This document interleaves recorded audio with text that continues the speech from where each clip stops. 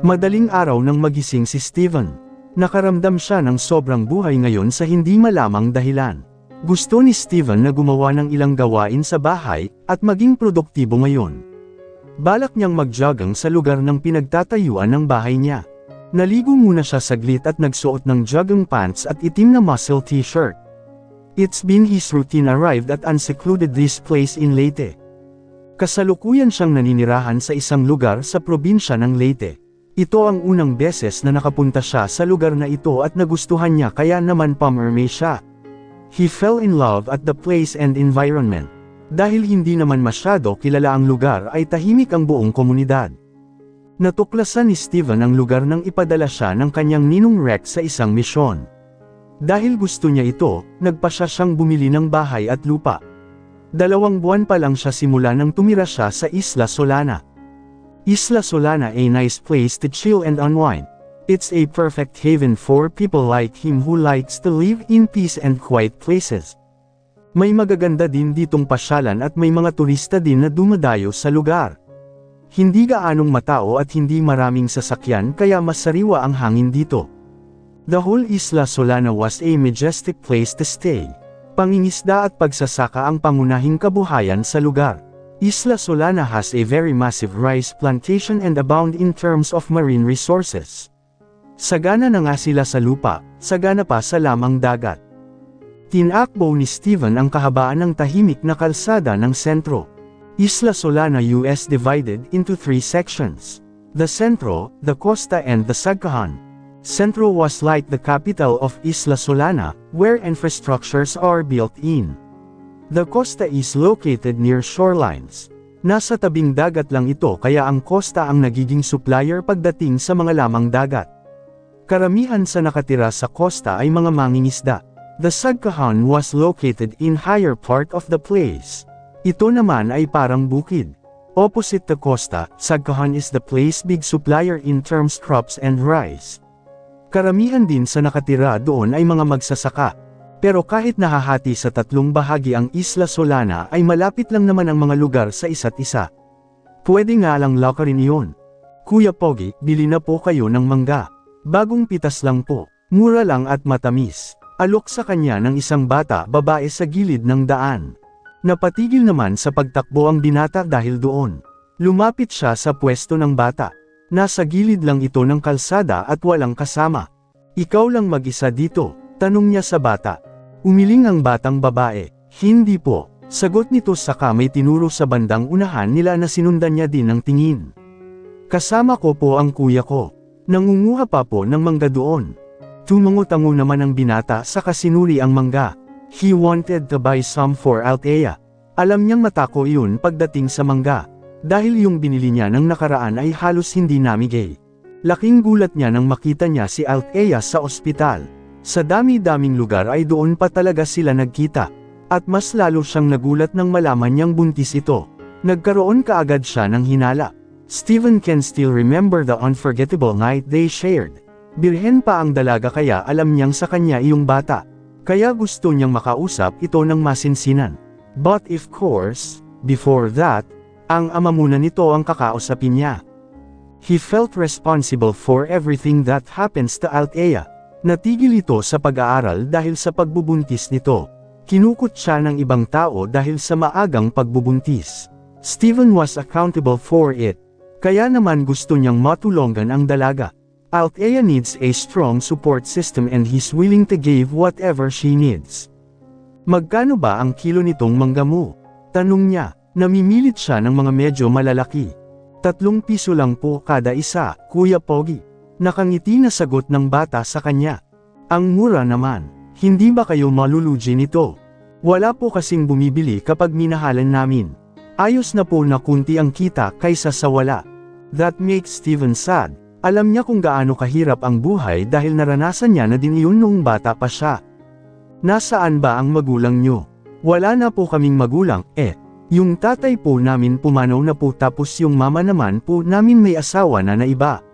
Nasa Maynila na po, casual na sagot ng bata na para bang normal na lang na tanong iyon. Bakit ba mayroon mga magulang? Bakit may mga magulang na kayang iwan ang anak nila? Bakit hinahayaan lang nila na maghirap ang mga anak nila? How could they do this thing to a child? Hindi pa nila naisip ang mga kalagayan nito. Kung maayos lang ba ang mga anak nila? Kung nakakakain ba ang mga ito 3 beses sa isang araw? Steven knows the struggle of raising your own without the help of others. Lumaki din siyang walang magulang kaya alam niya ang pakiramdam. Maswerte pa nga siya dahil nakilala niya ang ninong Rex niya. Being abandoned sucks. It was like you're unworthy for your parents, that's why they abandoned you that easily. Parang hindi ka sapat sa kanila kaya iniiwan ka na lang basta-basta. Steven tapped the kid's head, bilhin ko na lahat yan. Para makauwi na kayo ng kuya mo. Talaga po, parang naiiyak na tanong ng bata. Kinakagat pa nito ang pangibabang labi para pigilin ang luhang papatulo. Opo, bibilhin ko na lahat kasi tinawag mo akong pogi. Pabirong saad niya para gumaan ang pakiramdam ng bata. Laking gulat ni Steven nang tumakbo ang bata patungo sa kanya. Yamakap ito sa bewang niya at humagulal ng iyak. Salamat po, Kuya Pogi. May pambili na po kami ni Kuya ng bigas. Salamat po, layik ng bata habang nakayakap sa kanya. May iagnat po ang Kuya Eman ko po, kaya salamat po sa pagbili ng mangga. Makakapahinga na din po siya. Sinubukan ni Steven ang lahat para pigilan ang kanyang mga luha. May weak spot siya sa mga ganitong sitwasyon. Sumangot siya para pigilin ang sarili sa pag-iyak. Hinahagod naman niya ang likod ng batang babae na umiiyak pa din. Tahan na, huwag ka nang umiyak baka siponin ka. Sigurado ang mag-aalala ang Kuya Eman mo sayo. Tahan na. Naputol ang sasabihin sana ng binata nang bigla na lang may humablot sa batang babae. Bakit mo yakap-yakap ang kapatid ko? Sino ka? Bakit umiiyak ang kapatid ko? Galit naman na sigaw ng batang lalaki. May hawak pa ito na isang sanga at nakatutok yun sa kanya. Tinago pa nito ang batang babae sa likuran. Matalim ang tangi ng bata sa kanya. Subukan mong lumapit at papaluan kita. Matapang ang boses ng bata pero nanginginig naman ang kamay nitong may hawak sa sanga. Kuya Eman, hindi bad si Kuya Pogi. Hinihila-hila pa ng batang babae ang lelayan ng damit ng kuya nito. Bakit ka umiiyak kung hindi siya bad? Magtago ka sa likod ko, Lily. Baka kunin ka niya.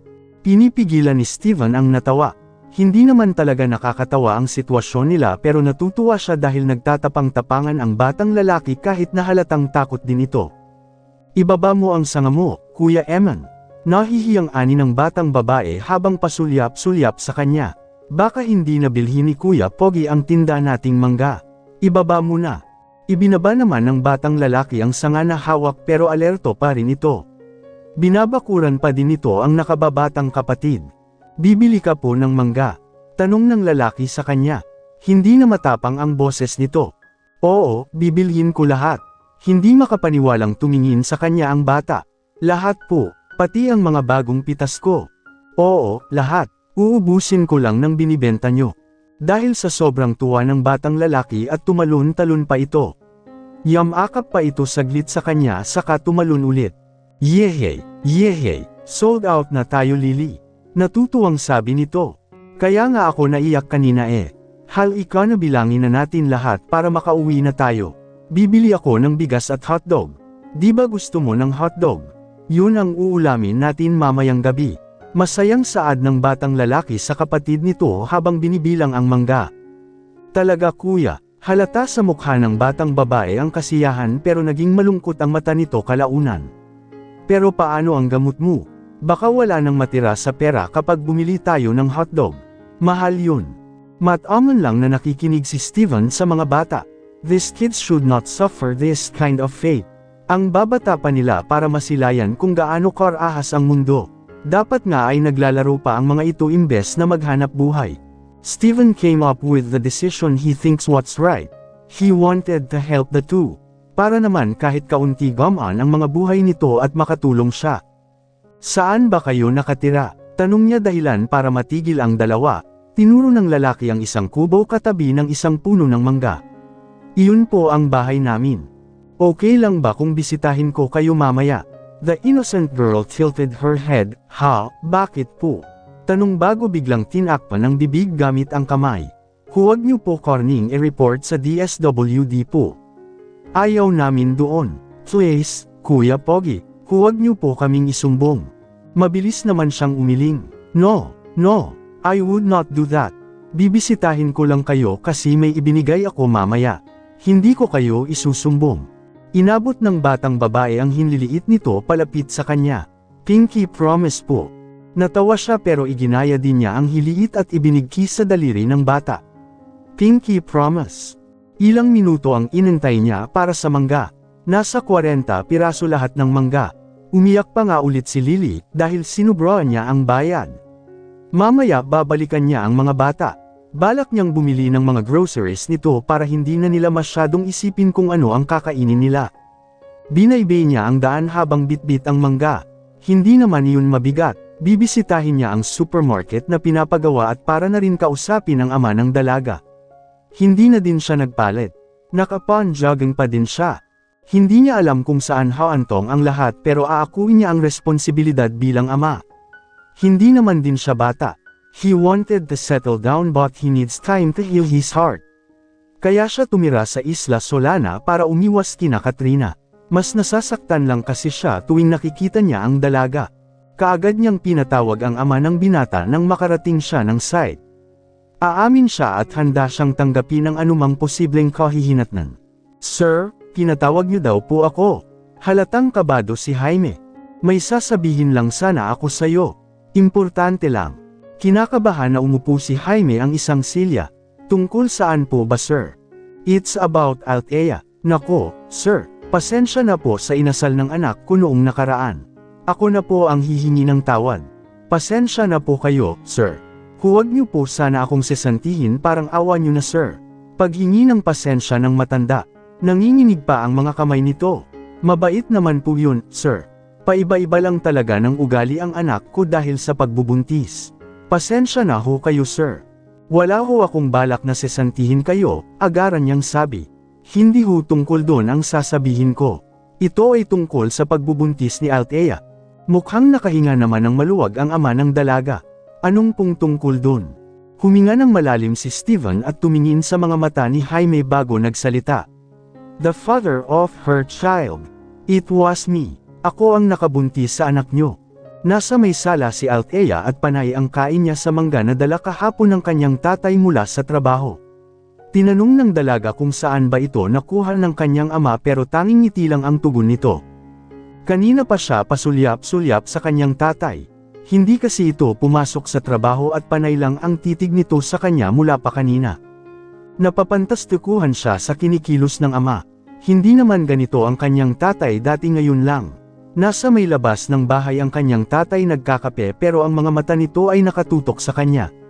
Parang may gusto itong sabihin pero hindi naman nagsasalita kapag tinatanong niya. Tay, kung may sasabihin ka sabihin mo na ngayon. Pasigaw na sabi niya sa ama na nakaupo sa kanilang bakuran sa ilalim ng puno ng langka. Wala akong sasabihin kasi wala naman talaga akong sasabihin. Sigaw din pabalik ng kanyang tatay. Para tuloy silang tanga na nagsisigawan habang nag-uusap. Paano kasi long distance sila pero kita naman nila ang isa't isa sa may bintana nilang nakabukas. Kanina ka pa sulyap ng sulyap sa akin tay. Kilala kita, alam kong may gusto kang sabihin sa akin. Kaya kitang basahin pero hindi ko kayang hulaan ang takbo ng isip mo. Huwag kang nukulit. Wala nga akong sasabihin kasi wala naman talaga akong sasabihin. Ang kulit mo. Hindi siya kumbensado. Alam niyang may bumabagabag sa kanyang tatay pero ayaw ni na ulit magtanong. Hindi naman naglilihim ang tatay niya sa kanya, ewan ko sa'yo tay. Ang gulo mong kausap. Kunyar ay naiinis niyang sabi. Kitang-kita ni Althea kung papaano umirap ang kanyang tatay sa kanya kaya mahina siyang natawa. Hindi ko naman sinabi sa'yo na kausapin mo ako, ikaw naman tong mapilit dyan. Pumasok ka nga dito sa loob, tay. Ang sakit na ng lalamunan ko kakasigaw. Eddie, huwag kang sumigaw dyan. Napakamot na lang ng patilya si Althea. Ewan talaga kung anong problema ng tatay niya. Tigas ng ulo, ayaw magpatalo. Akala niya'y hindi susunod ang kanyang tatay sa sinabi niya pero laking gulat niya nang umupo ito sa tapat niyang upuan. Oh, bakit ka nandito? Akala ko ba ayaw mo? Tak ang tanong niya sa kanyang tatay. Wala akong sinabi na ayaw kong pumasok. Ang sabi ko lang ay huwag kang sumigaw. Advance ka talaga mag-isip. Bakit ang songgit-songgit mo ngayon, tay? May regla ka ba ha? Pabirong tanong niya sa kanila pag sa mesa ang plato na pinaglagyan niya ng hiniwang mangga kanina. Wala nang laman iyon. Kanina ka pa uma-attitude dyan. Tumayo naman ang kanyang ama at lumipat sa tabi niya saka siya niyakap patagilid. Nagustuhan mo ba ang mangga?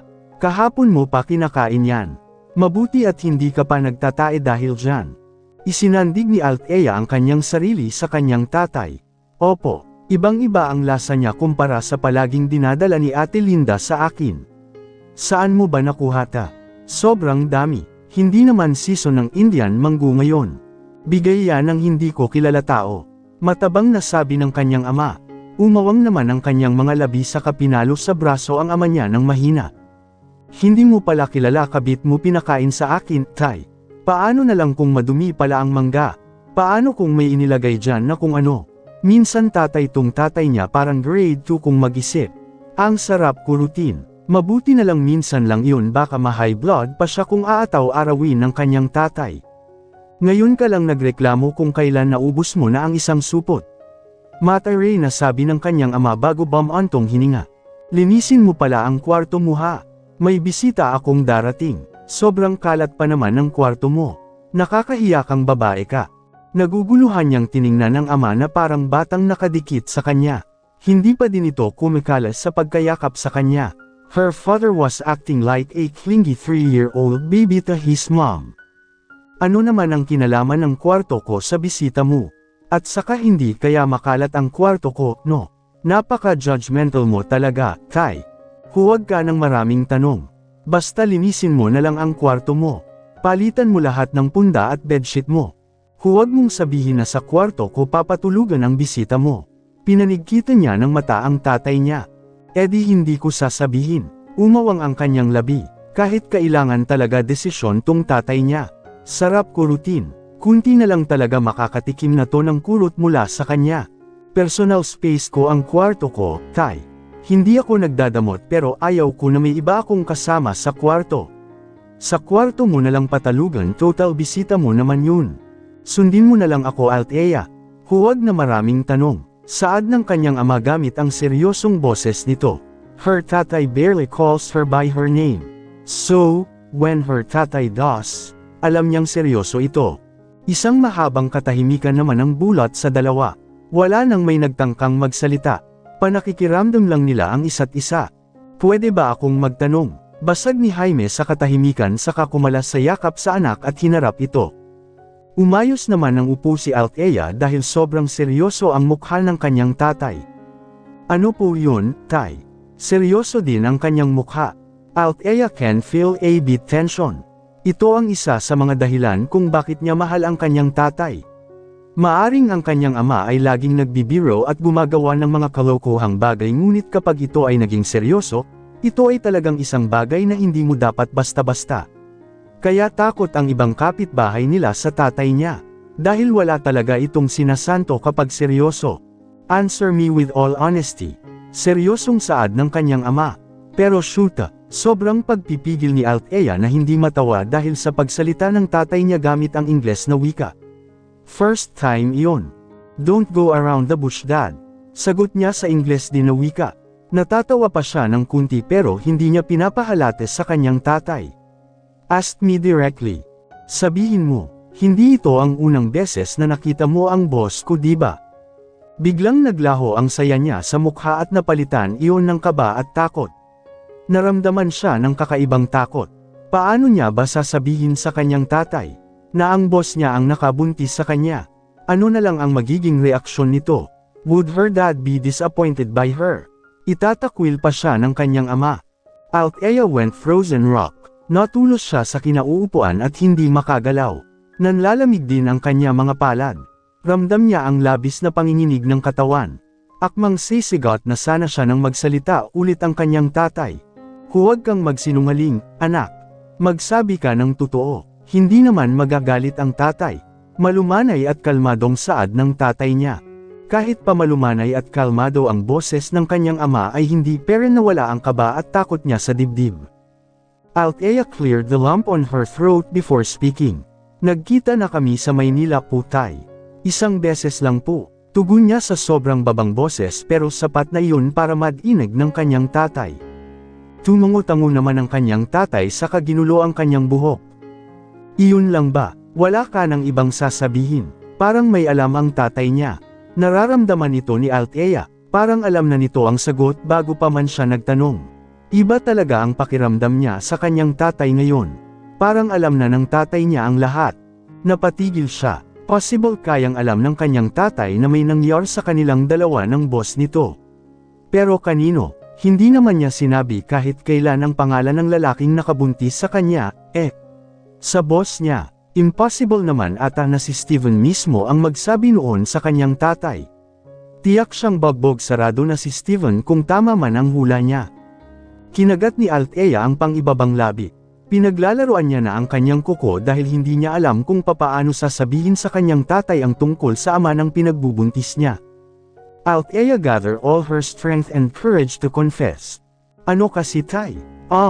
Kasi tay, kasi po, si Steven, siya po ang tatay, naputol ang sasabihin niya, nang bigla na lang may tumawag sa kanya mula sa labas ng kanilang bahay.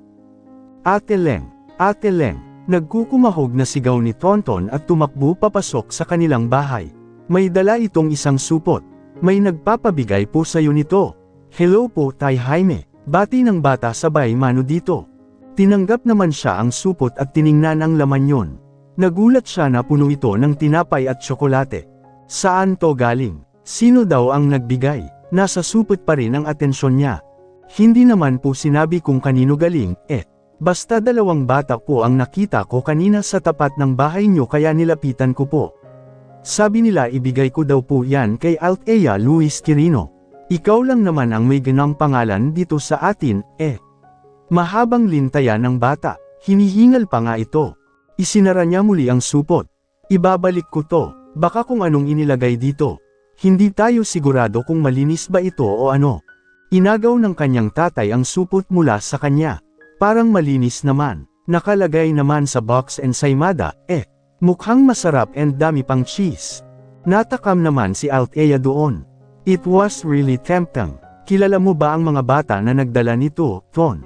Umiling ito, hindi po, pero pamilyar sila sa akin. Parang nakita ko na sila, hindi ko lang po maalala. Tumungo siya sa tinatanong ulit ang bata habang ang tatay niya ay tinikman na ang ensaymada na tinapay. Wala kang pasok, Tam. Napansin niya kasi na naka-uniform pa ito. Wala na po, may meeting kasi sa school kaya maaga kaming pinauwi. Tumungo siya sa kasinenyasan ng bata na umupo katabi na agad naman sinunod nito. May cake sa ref dala ng tatay kahapon. Gusto mo? Nako, Ate Leng, basta pagkain po, hindi mo na ako kailangan tanungin pa. Anito saka tumayo at tinungo ang kusina. Siguro para kumuha ng cake. Natawa na lang siya. Ganon talaga si Tonton. Sobrang at home ito kapag nasa bahay lang nila. Althea was actually happy that she's with Tonton. Kapatid na kasi ang turing niya sa bata. Ang boring kasi kapag only child ka lang. Wala kang ibang kalaro at ka-close kundi ang sarili mo. Gusto mo? Alok ng kanyang tatay habang kumakain ng ensaymada. Masarap, tanong niya. Natatakam siya dahil amoy niya ang tinapay. Kumagat ng malaki ang kanyang tatay sa tinapay. Sobrang sarap. Pati ang cake niyo Ate Leng, masarap din po. May dala na si Tonton na isang platito na may lamang cake sa katumabi sa tatay niya. Parang nagmapbang lang ang dalawa. Busog na ako. Tugon niya sa alok ng kanyang tatay saka siya naghikab. Nakaramdam siya ng antok. Akyat po muna ako sa taas, tay inaantok na naman ako, Huwag mong ubusin ang ensaymada, tirahan mo ako. Saka ilagay mo na lang po sa ref ang mga chocolates. Sa maloodo naman ang kanyang tatay. Copy that, boss. Umakyat na siya patungong kwarto niya. Hindi naman second floor ang bahay nila. May ceiling kasi ang bahay nila at nasa itaas na bahagi ang kanyang silid. Agad naman siyang nahiga sa kanyang kama pagkapasok niya sa kanyang silid. Naging antukin talaga siya simula nang mabuntis. Agad siyang nakatulog. Naalimpungatan na lang siya nang may maramdaman na parang may tumabi sa kanya. Nang maamoy niya ang bango ng ilang tumabi sa kanya, nakaramdam siya ng ligtas at komportable. Kaya umusag sa papalapit dito at yamakap. Naramdaman niya na parang hinahaplos ng katabi niya ang kanyang buhok. Sleep tight, feisty little dwarf.